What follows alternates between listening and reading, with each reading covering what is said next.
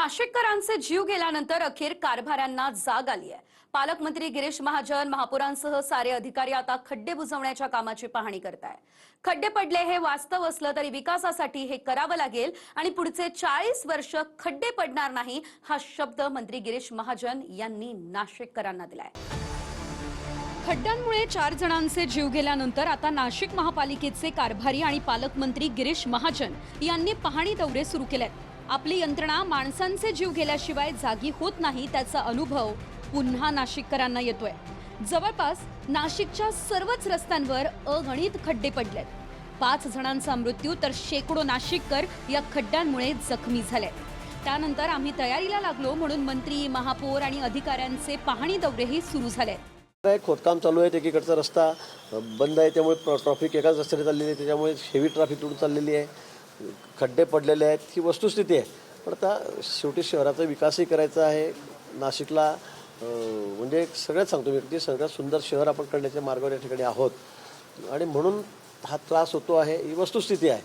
पण आता काम करत असताना युटिलिटी खालती आम्ही 8-10 सगळ्या ड्रेनेजची व्यवस्था असतील, वॉटर सप्लायची व्यवस्था असेल, फायबर केबल असेल, ते आम्ही सगळं आता खालून टाकतो। MNGLची लाईन आहे गॅसची, तर तीसुद्धा खालून जाते। त्यामुळे असं करत असताना खोदावं तर लागणारच आहे, कंपल्सरी खोदावं लागणार आहे।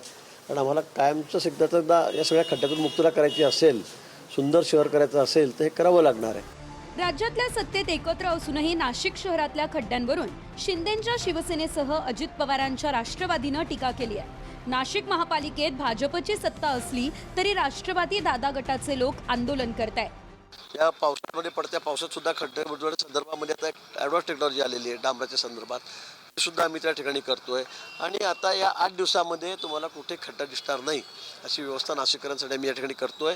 मी पुन्हा दिलगिरी व्यक्त करतो, पण येणाऱ्या पुढच्या काळामध्ये 25-30 वर्ष 40 वर्ष कुठे खड्डा पडणार नाही नाशिकला एका रस्त्यावर, याची ग्वाही सुद्धा आम्ही या ठिकाणी। जर पुन्हा नाशिकमध्ये खड्ड्यांमुळे दुर्घटना घडल्या तर जन आंदोलन छेडण्याचा इशारा लोक देऊ लागलेत। याच महापालिकेनं 4 महिन्यांपूर्वी अपघात होतात म्हणून नाशिकमधील अनेक झाडं तोडली होती।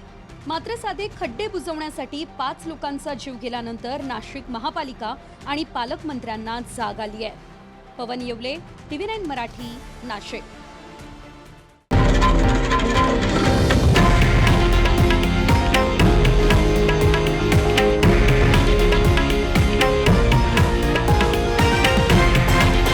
हे आहे देशातील नंबर 1 न्यूज नेटवर्क आणि आपण पाहत आहात TV9 मराठी, एकमेव।